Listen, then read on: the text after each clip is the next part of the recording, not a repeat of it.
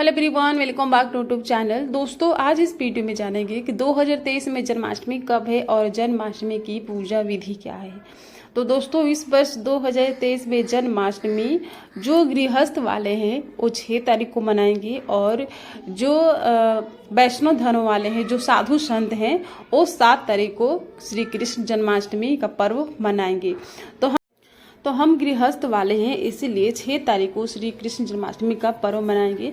तो पूजा करने के लिए सबसे पहले एक पटका के ऊपर पीला कपड़ा बिछा लेंगे, क्योंकि पीला रंग भगवान विष्णु जी को, कृष्ण जी को प्रिय होती है। और उसके ऊपर फूलों का आसन देंगे और चावल का भी आसन आप दे सकते हैं।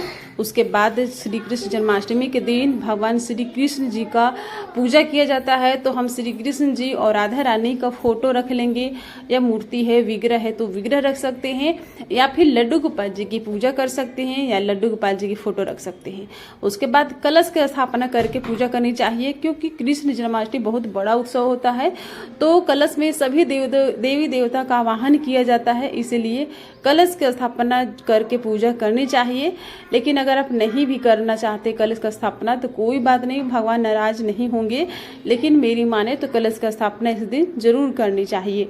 उसके बाद पूजा में जैसे कि कलश में दिया लगा करके और भगवान जी के सामने एक दिया लगाना चाहिए, क्योंकि पूजा के सबसे पहले जो साक्षी होते हैं वो दीप देवता ही होते हैं, अग्नि देवता होते हैं।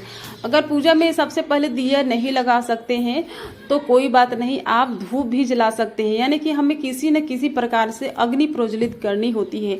तो अग्नि को किसी भी रूप में आप प्रज्वलित कर सकते हैं, चाहे दिया का रूप हो, चाहे अगरबत्ती हो, या चाहे धूप हो, किसी भी रूप में आप जला सकते हैं।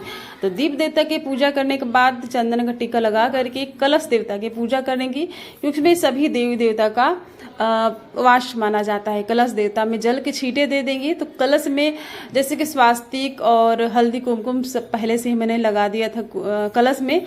उसके बाद हम श्री कृष्ण जी और राधा रानी की पूजा करेंगे, तो उनके ऊपर भी जल छिड़क दिया हमने, और दुबलक हाथ से या पुष्प से आप जल छिड़क सकते हैं। उसके बाद वस्त्र देना चाहिए, वस्त्र रूपी कलावा भी दे सकते हैं।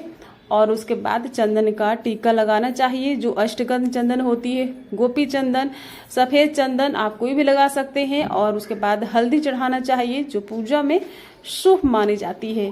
तो हल्दी जरूर लगानी चाहिए इस दिन। और उसके बाद अक्षत यानी कि चावल भी चढ़ाने चाहिए भगवान जी को।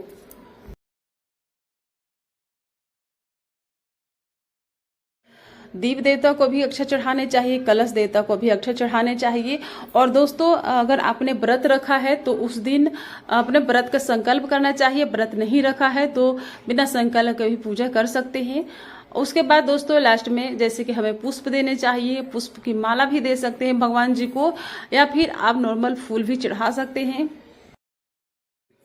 उसके बाद इस दिन गौ माता की भी पूजा करनी चाहिए। गौ माता को चंदन और हल्दी का टीका लगाना चाहिए, और फिर अक्षत चावल चढ़ाने चाहिए गौ माता को, क्योंकि कृष्ण जी को गौ माता अति प्रिय होती है। उसके बाद धूप दिखाने चाहिए।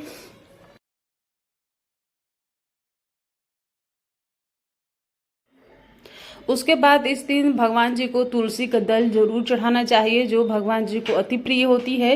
तो तुलसी का दल चढ़ाना चाहिए, लेकिन अष्टमी के दिन तुलसी नहीं तोड़नी चाहिए। तो एक दिन पहले से ही तुलसी तोड़ करके और रख लेने चाहिए। उसके बाद इस दिन भोग भी लगाने चाहिए। भोग अपने समर्थ के अनुसार मिठाई और मक्खन, मिश्री, फल, आपका जो समर्थ हो उसके अनुसार उन चीज़ों को भोग लगा सकते हैं। जैसे कुछ लोग अनाज का लगाते हैं, कुछ लोग अनाज का भोग नहीं लगाते हैं। तो आपकी इच्छा है आपको किन चीज़ों को भोग लगाना है, आप उसके हिसाब से भोग लगा सकते हैं।